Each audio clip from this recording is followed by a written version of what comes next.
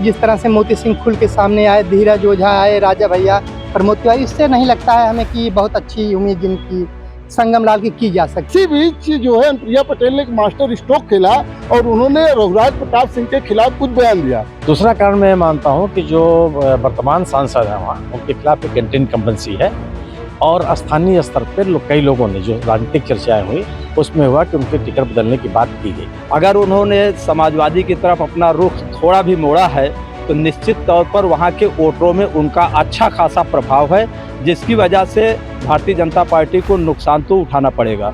UP की Pratapgarh seat पर छठे चरण में 25 मई को वोट डाले जा चुके हैं। अब नतीजों की बारी है। हालांकि प्रतापगढ़ में बाजी कौन जीतेगा, इसे लेकर कयासबाजियों का दौर लगातार जारी है। सभी उम्मीदवारों की तकदीर ईवीएम में कैद हो गई है, लेकिन अभी भी नतीजों को लेकर लोग दावे के साथ बहुत कुछ नहीं कह पा रहे हैं। हमारे साथ प्रतापगढ़ के नतीजों पर बात करने के लिए वरिष्ठ पत्रकारों और राजनीतिक विश्लेषकों का एक पैनल है। हमारे साथ वरिष्ठ पत्रकार सुनील शुक्ला जी हैं, रतिभान त्रिपाठी जी हैं, अनंत राम कुशवाहा जी हैं, मुलायम सिंह जी हैं, विनोद पांडे हैं और इसके साथ साथ मनोज तिवारी जी हैं, पवन द्विवेदी जी हैं। बारी बारी से सबसे बात करते हैं, चूंकि सुनील शुक्ला जी सबसे वरिष्ठ हैं, सबसे पहले उनके पास ही चलते हैं। सर, प्रतापगढ़ सीट का क्या समीकरण आपको समझ में आया? वोट पड़ चुके हैं, अब आप अपने अनुभव के आधार पर क्या आकलन कर रहे हैं कि वहां क्या नतीजा 4 जून को आ सकता है? मेरा अपना मानना है कि 2019 की स्थितियां नहीं है और 2019 में जो राजनीतिक स्थिति थी प्रतापगढ़ की वो 2022 के विधानसभा चुनाव से ही बदलने लगी। आज अगर आप देखेंगे तो 3 सीटें ऐसी हैं जो महागठबंधन के पास है, 2 समाजवादी पार्टी के पास, 1 कांग्रेस के पास और बीजेपी के पास केवल 2 सीटें हैं। 2019 में स्थिति नहीं थी, मजबूत स्थिति में थी और जब पंचायतों के चुनाव हुए उसमें भी समाजवादी पार्टी की स्थिति बीजेपी की तुलना में बेहतर हुई। दूसरा कारण मैं मानता हूं कि जो वर्तमान सांसद हैं वहाँ उनके खिलाफ एक एंटी इनकम्बेंसी है और स्थानीय स्तर पर कई लोगों ने जो राजनीतिक चर्चाएं हुई उसमें हुआ कि उनके टिकट बदलने की बात की गई, लेकिन भारतीय जनता पार्टी ने उनको उतारा, जिसे तमाम क्षेत्रों में उतारा है। तो एक एंटी इनकम्बेंसी उनके साथ है और भारतीय जनता पार्टी के 10 सालों का एंटी इनकम्बेंसी और प्रदेश सरकार के 7 साल की एंटी इनकम्बेंसी उनके साथ है। दूसरी तरफ समाजवादी पार्टी ने अपने जो सामाजिक समीकरण है उनको बेहतर करने की कोशिश की है। संगम लाल गुप्ता के पास मोदी जी के नाम या योगी जी के नाम और भारतीय जनता पार्टी के संगठन के अलावा नहीं है, कुछ भी नहीं है। जब आपका आकलन क्या है, क्या आ सकता है नतीजा? मेरा मानना है कि लड़ाई टफ है और कुछ भी 2019 अगर दोहराया न जाए तो किसी को आश्चर्य नहीं होना चाहिए। मतलब आपका मानना है कि वहां विपक्ष जो है वो अपर हैंड है? मैं कह सकता हूँ। रतिभान त्रिपाठी जी से बात करते हैं। सर, आप बताइए, आपका क्या आकलन है? देखिए, प्रतापगढ़ में जो वहाँ के कैंडिडेट हैं संगम लाल गुप्ता, उनकी निजी इनकम्बेंसी है। मेरा ये मानना है कि भाजपा नेतृत्व ने जो उनको तिबारा टिकट दिया है, दूसरी बार दिया है, ये भारतीय जनता पार्टी नेतृत्व की गलती है। किन परिस्थितियों में दिया ये वो जानते होंगे, वो उन्होंने आकलन किया होगा, उन्होंने कोई सर्वे कराया होगा, जो भी था आधार उनका अपना रहा हो। लेकिन जब उन्हें भारतीय जनता पार्टी के नेतृत्व को पता था कि संगम लाल गुप्ता के खिलाफ वहाँ नाराजगी है, तो उन्हें टिकट पर पुनर्विचार करना चाहिए था। ऐसा भी नहीं प्रतापगढ़ में कैंडिडेट नहीं थे, बहुत सारे अच्छे कैंडिडेट थे, उनको उन पर दाव लगा सकते हैं। अब तो वोटिंग हो चुकी है, अब वोटिंग हो चुकी है, अब उन मुद्दों पर बहस करने का मतलब नहीं है। अब जो वोटिंग हुई है, वो वोटिंग का जो पैटर्न रहा है, उसके आधार पर, अपने अनुभव के आधार पर आप अपना आकलन बताइए। देखिए, वहाँ कैंडिडेट की एंटी इनकम्बेंसी थी, जिसकी वजह से वहाँ के हर विधानसभा क्षेत्र में कई कमोबेश नाराजगी दिखी है और एक बड़ा फैक्टर वहाँ रघुराज प्रताप सिंह जो कुंडा के विधायक हैं वो हैं। तो रघुराज प्रताप सिंह के लोग भी उनका विरोध कर रहे थे और समाजवादी पार्टी के जिंदाबाद के नारे लगा रहे थे। ये कहानी बहुत कुछ कहती है, इसीलिए मुझे लगता है कि वहाँ लड़ाई बहुत टफ है और ये कहना कि कौन जीतेगा ये बहुत कठिन है। लेकिन अपर हैंड कोई तो होगा, आपका अपना अनुभव कह रहा है, आपने बहुत नजदीक से देखा है प्रतापगढ़ के चुनाव को।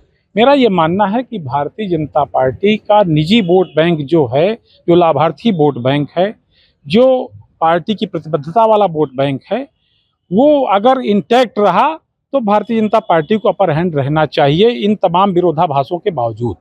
मतलब मुश्किल है, लड़ाई बहुत कांटे की है और उस पर शायद जो दिग्गज हैं हमारे वो भी बहुत दावे के साथ कुछ नहीं कह पा रहे हैं। मनोज तिवारी जी हैं, प्रतापगढ़ कई बार गए हैं, काफी कवरेज की है इन्होंने वहां से। मनोज जी, आपका क्या आकलन है और उसका आधार क्या है?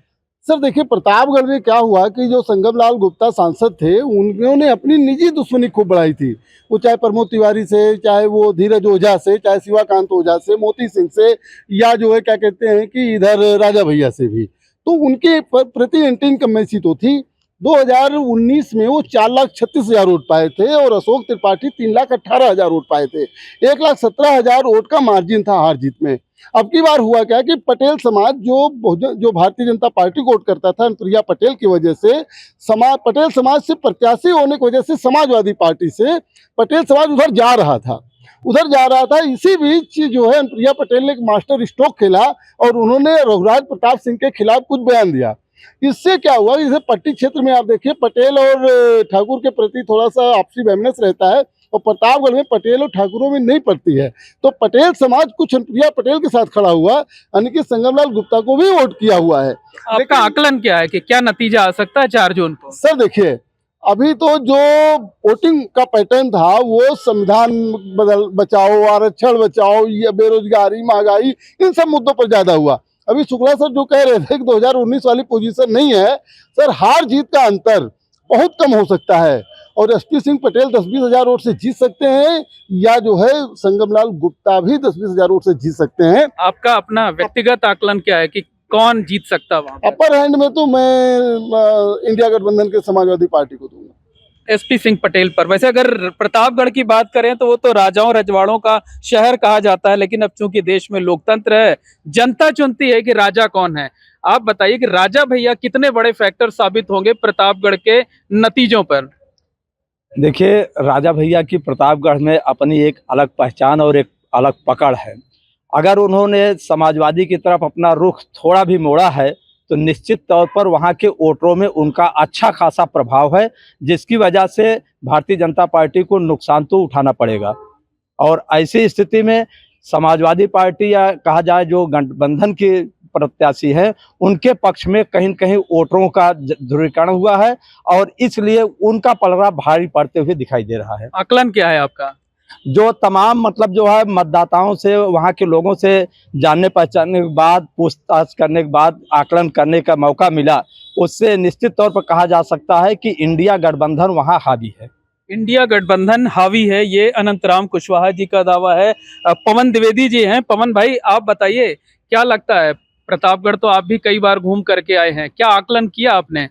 प्रतापगढ़ की क्या, हम एक बार जरा एक लाइन में यूपी की बात करेंगे। अगर बनारस सीट छोड़ दिया जाए तो शायद कोई ऐसी सीट होगी जहां बीजेपी को टक्कर ना मिल रही हो, खास करके सपा या कांग्रेस से।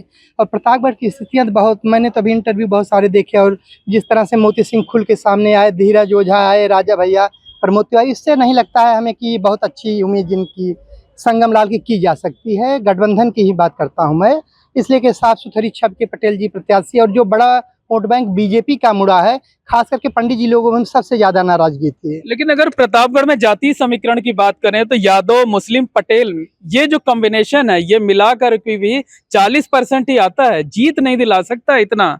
मोइन जी, एक चीज समझिए, कितनी मतदाता कितना भी हो, जो सरकार से सुविधाएं ली है, इतना एहसान फरामोश नहीं होगा कि सरकार के पक्ष में मतदान नहीं करेगा। सुविधाएं तो ली ही ली है, तो कम से कम न चाहते हुए भी अंतिम समय में जो मतदान कक्ष में घुसता है तो उसको मोदी याद आते हैं, प्रत्याशी याद नहीं आता है, और उसी का फायदा पार्टी को मिलेगा। और बट नेचुरल, मतलब आपका कहना है कि लाभार्थी जो है वो बीजेपी को जीत दिला सकते हैं। मुलायम सिंह यादव, मुलायम सिंह बिसेन जी हैं। मुलायम सिंह जी, आप क्या मानते हैं? देखिए, प्रतापगढ़ में जो है राजा भैया का जो फैक्टर है वो मेन फैक्टर है। इधर प्रमोद तिवारी से भी संगमलाल की जो है विवाद चल रहा है। इसकी वजह से अगर वोटर की बात करा जाए या पटेल वोटर की बात किया जाए तो उससे जो है ऐसा लग रहा है कि सारे जो वोटर हैं वो ज़्यादातर आपके एसपी सिंह पटेल की तरफ गए हैं। लेकिन अगर कुछ गणित या कोई ऐसी बात होती है तो हो भी सकता है कि संगमलाल गुप्ता जीत जाए। मतलब आप मानते हैं कि वो विपक्ष वहां पर हावी है, मजबूत है? हावी है, हाँ विपक्ष। अब आप लोगों से सर ये जानना चाहेंगे 4-4 लाइन में कि प्रतापगढ़ में कौन सा फैक्टर काम कर रहा है जिसके आधार पर आप लोगों ने अपना आकलन दिया है। जैसे आपने कहा कि बहुत कांटे की टक्कर है, लेकिन अपर हैंड आप विपक्ष को मानते हैं, फैक्टर क्या है? प्रतापगढ़ की राजनीति में रघुराज प्रताप सिंह को आप इग्नोर नहीं कर सकते। प्रतापगढ़ की राजनीति में आप प्रमोद तिवारी को इग्नोर नहीं कर सकते। प्रतापगढ़ की राजनीति में आप जो दोनों दलों के संगठन हैं उनको आप इग्नोर नहीं कर सकते। आज की स्थिति है कि जितने मजबूत राजनीतिक ताकतें हैं वहाँ, वो भारतीय जनता पार्टी के खिलाफ है। आप लोग, ढेर सारे लोगों को उम्मीद है कि लाभार्थियों का लाभ बीजेपी को मिल सकता है। लाभार्थी किसके नहीं थे? कांग्रेस से लाभार्थी नहीं बनाए थे क्या? उसने इंदिरा आवास नहीं दी थी, उसने स्वतंत्रता संग्राम सेनानियों को पेंशन नहीं दिया। बाद में आगे की जो सरकारें आई उन्होंने लोकतंत्र संघर्ष के लोग इमरजेंसी के बंद। नहीं, बिल्कुल बड़ी बात आपने कही है। देखिए, इनका, शुक्ला जी का ये कहना है कि जो बड़ी ताकतें प्रतापगढ़ की हैं वो सब बीजेपी के खिलाफ हैं। तो वो ताकतें काम करेगी, या कि जो बात ये कह रहे थे विनोद पांडे जी की लाभार्थी हैं तो वो फैक्टर काम करेगा? दोनों में फैक्टर कौन सा काम करेगा? मुझे लगता है कि प्रतापगढ़ के जो तथाकथित भगवान हैं, जो बड़े नेता जो प्रभावित कर रहे हैं, अब परीक्षा जनता और उस जनता जनार्दन और उन भगवानों के बीच में है। अब देखिए कौन सा फैक्टर काम करेगा। मैं ये दावा नहीं कर सकता हूं कि भारतीय जनता पार्टी जीतेगी या गठबंधन जीतेगा, पर मेरा ये मानना है कि जिन लोगों ने ये जो लड़ाई है, ये भगवानों की आपस में अपनी प्रतिष्ठा की हो सकती है। जनता अगर भाजपा के साथ बिल्कुल निश्चित तौर पर कहा जा सकता है कि आज की तारीख में आप वोट पूरी तरीके से ट्रांसफर नहीं करा सकते। मनोज जी, आप बताइए कौन सा फैक्टर काम करेगा? सर देखिए, पिछली बार अगर 2019 की बात करें तो रत्ना सिंह कांग्रेस से लड़ी थी, वो भी 77,000 वोट पाई थी। अक्षय प्रताप जी जनसत्ता दल से लड़े थे, वो भी जो है लगभग 47,000 वोट पाए थे। तो ये दोनों वोट कम्बिनेशन करके जो है वो इंडिया गठबंधन के साथ गया हुआ है। तो राजा भैया की नाराजगी या कांग्रेस के साथ गठबंधन, ये फर्क तो उसको डालेगा ही डालेगा। इसके साथ में जो है वो जातीय समीकरण, और ज्यादा बड़ा फैक्टर तो ये है बेरोजगारी और महंगाई ऐसा मुद्दा बना है। और कांग्रेस जो जाति का बैरियर है वो तोड़ेगा, जो बुनियादी मुद्दे हैं। पवन जी, आप क्या मानते हैं फैक्टर? मैं मानता हूं कि फैक्टर इसमें सपा का खास करके वो सबसे मजबूत है, और जितनी नाराजगी बड़ी होती है चाहे जो भी हो, और वही नाराजगी 2014-19 की देखिए आज की डेट में बीजेपी की कहीं लहर नहीं, बस नाम ले रहे हैं लोग, मोदी या सहयोगी जिसका भी। बिल्कुल, आप मतलब मान रहे हैं कि विपक्ष जो है वहां पर हावी। पांडे जी, फैक्टर क्या है? देखिए, कहने को आप ये कह सकते हैं कि सभी जितने धुरंधर थे नाराज थे, तो क्या आपको लगता है कि हमेशा वो मिल करके बीजेपी को वोट दिलवाते थे?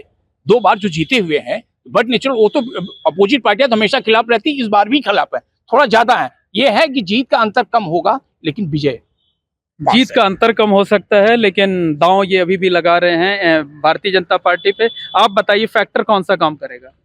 देखिए, जहाँ तक फैक्टर की बात है, आज की तारीख में जातीयता को कहीं इग्नोर नहीं किया जा सकता। सबसे पहली चीज़ तो जातीय फैक्टर पर जो टिकट है, प्रत्याशी है, वो काम कर रहा है।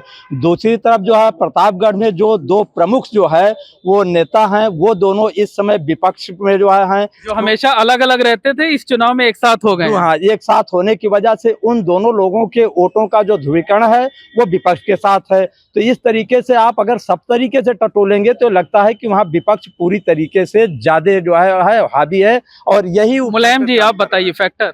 राजा भैया और प्रमोद तिवारी का जो गठबंधन के साथ जो इनका वो हुआ है, इसकी वजह से ऐसा लगता है कि विपक्ष इसमें हावी है। तो निश्चित तौर पर कहा जा सकता है कि जो राजनीतिक विश्लेषक हैं, वरिष्ठ पत्रकार हैं, उनका मानना है कि प्रतापगढ़ में कांटे का मुकाबला है। राजघरानों की भी प्रतिष्ठा दांव पर लगी हुई है, सियासी दिग्गजों की भी प्रतिष्ठा दांव पर लगी हुई है, लेकिन जो जनता है, जो सही मायने में भगवान कही जाती है नेताओं की, उसने किसके पक्ष में मतदान किया है ये कह पाना दावे के साथ मुश्किल है। लेकिन तमाम लोगों का ये कहना है कि विपक्ष का पलड़ा थोड़ा मजबूत नजर आ रहा है।